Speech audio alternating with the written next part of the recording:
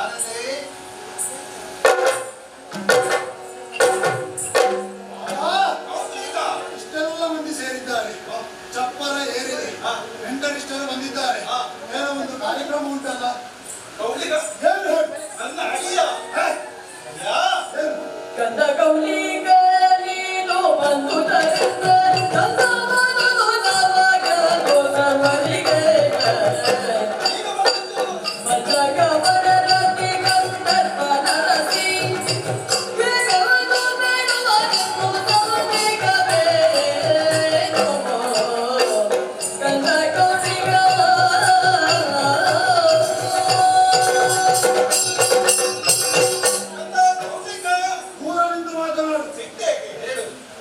ನೀನು ನನ್ನ ಸೋದರಳಿಯ. ಓಹೋ, ಪ್ರತಿ ಮನ್ಮಥ ಪರಿಣಯದ ವ್ಯವಸ್ಥೆಯಲ್ಲಿ ಓಹೋ, ಅಂತಹ ಗಡಿಬಿಡಿಯ ಸಂದರ್ಭದಲ್ಲಿ ನಿನಗೆ ಹೇಳಿಕೆ ನೀಡಲಿಲ್ಲ. ಓಹೋ, ಆ ಬೇಸರದಲ್ಲಿ ನೀನು ನಮ್ಮ ಕುಟುಂಬದವನು, ನನ್ನ ಸಹೋದರಳಿಯ, ನೀನೇ ಬಂದು ಸಕಲ ವೈಭವದ ವ್ಯವಸ್ಥೆಯನ್ನು ಮಾಡಬೇಕು ಎನ್ನುವುದಾಗಿ ನನ್ನ ಅಭಿಪ್ರಾಯ. ಆದ್ದರಿಂದ ಜಾಸ್ತಿ ಸಮಯವನ್ನು ವ್ಯರ್ಥ ಮಾಡದೆ ಅವರ ಜೊತೆ ಸೇರಿಕೊಂಡು ಎಲ್ಲ ವ್ಯವಸ್ಥೆಯನ್ನು ನೀನೇ ಮಾಡಬೇಕು. ನೀನು ಅಲ್ಲದೆ ನನಗೆ ಯಾರಿದ್ದಾರೆ ಹೇಳು. ಇನ್ನೊಂದು ನಾಟಕ ಬೇಡ. ನಾಟಕ ಇದೆ ಬೇಡ. ಈಗ ನಿನ್ನ ಮಗಳಾದಂತಹ ರತಿಯನ್ನು ಯಾರಿಗೆ ಕೊಟ್ಟು ಮದುವೆ ಮಾಡುವುದಾಗಿ ಮನ್ಮಥನಿಗೆ, ಮನ್ಮಥನಿಗೆ ಕೃಷ್ಣನ ಮಗ. ಅವ ಇದಕ್ಕೆ ಮರಳು ಅಂತಲ್ಲದೆ ಬೇರೆ ಏನು ಹೆಣ್ಮಕ್ಳು. ಮರುಳೇ ಹೌದು.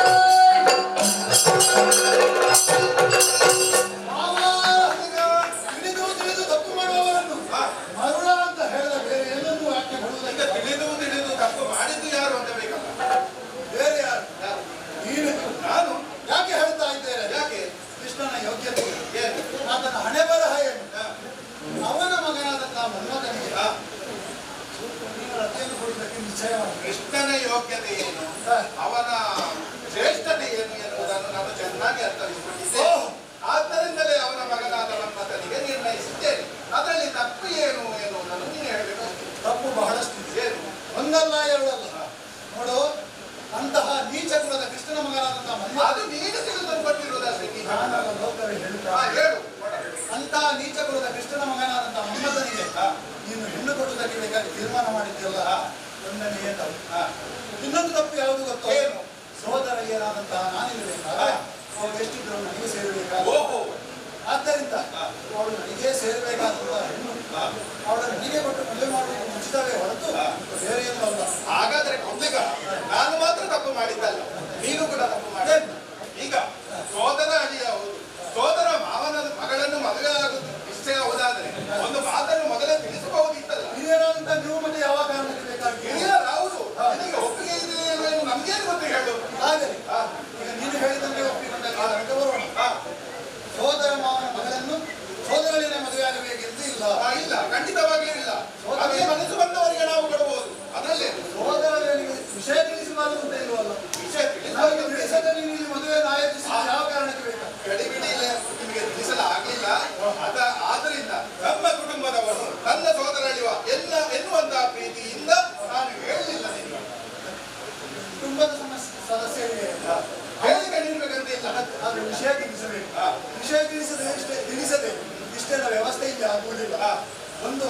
ಕಾರ್ಯಕ್ರಮ ಆಯೋಜಿಸಬೇಕು ಅಂತ ಆದ್ರೆ ಇಷ್ಟು ಕೆಲಸ ಕಷ್ಟ ಉಂಟು. ಅದು ಆಯೋಜಿಸಿದವರಿಗೆ ಗೊತ್ತು. ಇಷ್ಟೆಲ್ಲ ಮಂದಿ ಸೇರಿದ್ದಾರೆ. ಯಾರು ಆಮಂತ್ರಣ ಎಲ್ಲ ಆಮಂತ್ರಣ ವಿಶೇಷ ಸುದ್ದಿಯನ್ನು ಅತಿಥಿ ಒಂದು ಎಲ್ಲ ಆಮಂತ್ರಣ ಕೊಟ್ಟಿದೆ. ಅವರವರಿಗೆ ಯೋಗ್ಯವಾದ ಸ್ಥಾನಮಾನವನ್ನು ಕುಟುಂಬದ ಸದಸ್ಯರಾದಂತ ನಾನಿರಬೇಕಾದ್ರೆ ನನಗೆ ಒಂದು ಹೇಳಿಕೆ ಬೇಡ, ಒಂದು ವಿಷಯವನ್ನು ತಿಳಿಸುವುದಕ್ಕಾಗಿ ವ್ಯಕ್ತಿಯನ್ನು ಕಳಿಸುವುದು. ನೀನು ಹೇಳಿಕೆ ಕೊಟ್ಟಿಲ್ಲ ಎನ್ನುವಂತಹ ವಿಷಯದಿಂದ ನೀನು ಮಾತಾಡುವುದಿಲ್ಲ. ಮತ್ತೆ ರತಿಯನ್ನು ಗಂಡನಿಗೆ ಕೊಡುವ ವಿಚಾರವಾಗಿ ನಿನಗೆ ಕೋಪ. ನನಗೆ ಸಲ್ಲುವಂತಹ ಹುಡುಗಿಯನ್ನು ಬೇರೆಯವರಿಗೆ ಮದುವೆ ಮಾಡಿಕೊಟ್ಟಿದ್ದೇನೆ.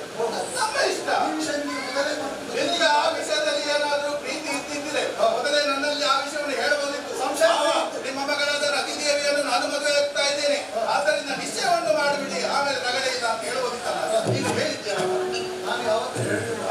ಯಾಕೆ ನನ್ನ ತಂದೆಯವರಾದಂತಹ ಮಾದೇಶ್ವರ ತಿರುಪತಿಯವರ ಹಣ ಅಂತ ನನ್ನ ತಂದೆಯವರ ಸ್ಥಾನದಲ್ಲಿ ಕಾಣ್ತಾ ಇದ್ದು ಸರಿ ಸರಿ. ಆ ಕಾರಣಕ್ಕೆ ಬೇಕಾಗಿ ಇಂದಲ್ಲ ನಾಳೆ ನೀನೇ ಬೇರೆ ನನಗೆ ಮದುವೆ ಮಾಡಿಸಬಹುದು ಎನ್ನುವಂತ ಆಲೋಚನೆಯಲ್ಲಿ ನಾನಿದ್ದೆ.